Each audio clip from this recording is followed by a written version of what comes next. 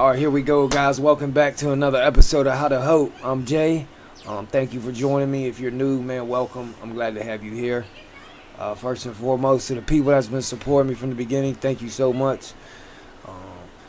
The comments I get, man, the texts, man, the phone calls, man, I truly appreciate it, man, because it lets me feel like I ain't doing this for no reason, man. Because sometimes, like, especially like when I open my phone, get a phone call, a text message saying, Jay, man, we lost another one. That shit breaks my heart, man. It cuts me, it cuts like a knife, man. I swear to God. And more importantly, man, I feel for their kids, man, or their mom, or their dad, or their sister. And I just, I can't imagine how they feel, man. Well, I mean, I can't imagine how they feel because I lost a lot of people due to drugs and alcohol, man. But, like to lose a brother or something or a sister or something, my heart goes out to you guys, man. I truly are praying for you guys. You guys are in my thoughts. You guys are in my prayers. Sometimes I feel like I'm doing this for nothing, man. And I'm like I said, I don't have 1 million subscribers or 100 subscribers. I ain't doing it for that. I'm doing it for the people, man, that might see this, man, and it's really going through it. And know that they don't have to go through it alone. That they're not the only one going through it alone. Not long ago, man, I was a complete screw up, man. I literally could not take care of a fucking plant. I say this shit all the time, man, because it's the truth. And I just don't know, like, when enough's going to be enough. Like, if you need help, man, reach out. Like, that's the only way you're going to get better, man. You got to make that decision, that choice to get better, man. And I know you can't make it for nobody else but yourself. You can't want it for nobody else but yourself. Yeah, you could use things as a motivation, man, but you have to truly want it, or you're never going to get it. And I don't know one drug addict that's happy. That's truly happy that their life is the way it is. Not one, man. Everybody that I know is just suffering, man. Their family's suffering because they don't even recognize who that person is anymore, man. Like I thank God every single night, guys. First and foremost, man. I thank God only by His grace that I'm able to sit here and do this, man. I said, God put it on my spirit to do this, man, and I do it. I didn't really want to do it because I just thought it was like, I'm going to sit there and look at a camera and talk to it about what? And say what? And then I sat down and started doing it. I'm like, man, I look stupid as hell. But you know what? Like, I don't care about none of that, man. Because if it saves one person, I look stupid all day. I don't care. What anybody think about me, it ain't none of my business, man. So, I make these videos for that dude, man, or that chick that's going through it and feel like they ain't got no one, that they alone, man, in this. You're not. It just takes a lot of work, man. It's the bad part about it is now that I've been sober for a couple of days, like I realize, like it's so simple, but it's so hard, man, at the same time. Because like I wasn't a one and done, man. I was a habitual relapser, man. I could shingle a house with fucking white key tags, man. Like I literally could not get it. I never thought, I'd like I said in the one video, I was blessed with the opportunity to go speak at my halfway house that I completed.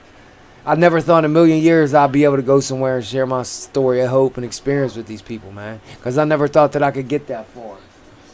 But by God's good graces, I did, man. And I don't have the obsession and compulsion to use drugs anymore. Like I keep my life a routine, man. A routine. I write down goals. I stick to my plan. Like it's all about having a plan and sticking to it, man. You have to. I just wish like everybody can get it. I wish nobody had to die. I'm tired of seeing it, man. It breaks my heart. Sometimes like the worst thing is like sometimes, people gotta die so others can live, man. Like I got a story. I was gonna read to y'all tonight, but I'm gonna just save it till tomorrow or something. Like I said, I got some other things coming. I just wanted to get on here, man, and say, like, reach out, man. You have to ask for help. Don't think like it can't happen to you, man, because it can, and it's going to. You keep knocking at the devil's door, he going to answer. And especially, man, if you put together some clean time, man, like, don't give all that up for something that's not even real when you know it's not. You know, I remember, man, like when I put together a couple days clean, and like I used to tell myself, like I literally convinced myself like I can get high one time and be done. Literally knowing damn well in 3 days I'm going to be completely strung out. 3 days later, I look like a strong crackhead. Like I'm literally nothing to me. And I'm a little guy anyway, man. So I just like, and you know, like I'm nobody special, man. Like I made sure I pound that in y'all's heads. Like I'm nobody special, man. This shit is not, there is no cure for it. You're going to fight forever for it. And you know, some days, and like I said, man, that's why it's important. Do a gratitude list. Every day, remind yourself, like, what you're grateful for, man. Just remember, like, you know, I've been in houses, man, with, you couldn't even walk because this house was so dirty and smelled so bad. There's dog shit on the floor. Maybe human shit on the floor. I don't know. You know, cockroaches crawling about.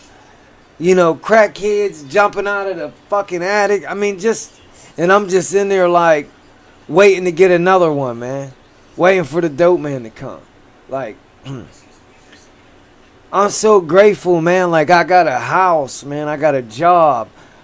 I got my kid, man. Most importantly, like, that's the greatest blessing God ever bestowed upon me, man.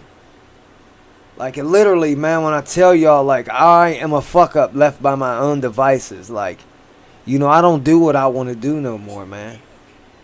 You know, like, it can happen to you, man. Life is precious, man. Stop thinking that it's not going to happen, man, because it is. It's going to happen. It might not happen the next one or the one after that, but eventually it's going to happen, man.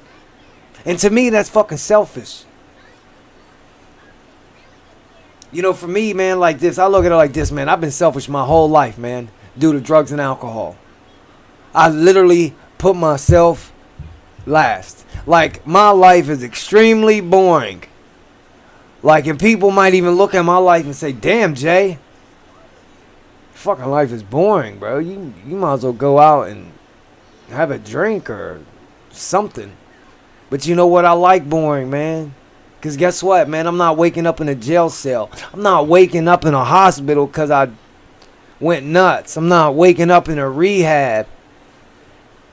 You know, I get up in the morning, I go to work, I come home, I play with my kid, we go to bed, and I do it all over again.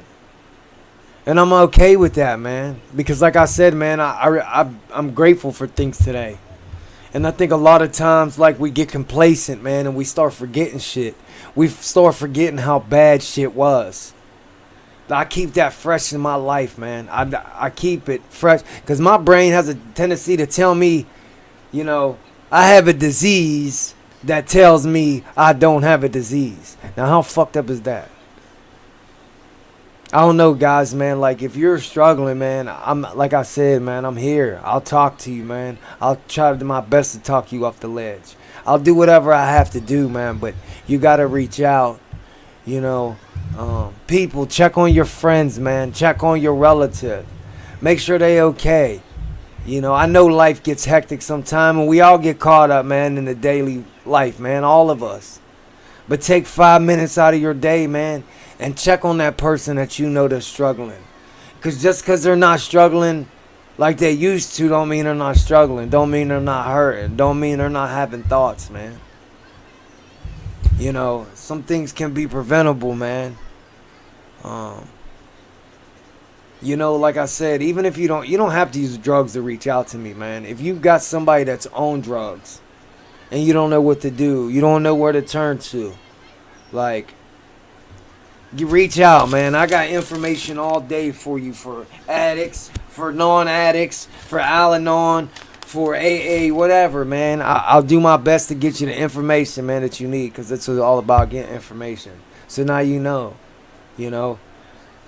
Cause I couldn't imagine, you know, I was the drug addict my whole life. I could not imagine, you know, being a parent of a drug addict.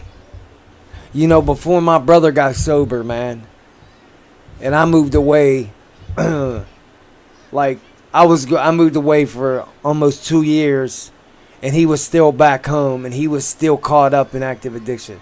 Man, that shit kept me up every night because I didn't know when I was gonna get a phone call saying, "Hey, this so and so, you know." So like it's heartbreaking, man, the whole way around, and it takes a family, it takes support. You don't have to do it alone. If you need somebody, reach out, man. You know, I'm gonna just cut it here tonight. You know, I do appreciate all the encouragement to keep doing this, man, because sometimes I just feel like it's all for nothing. God bless you guys.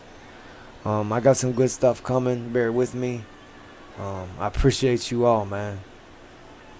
If nobody told you they loved you, man, I love y'all.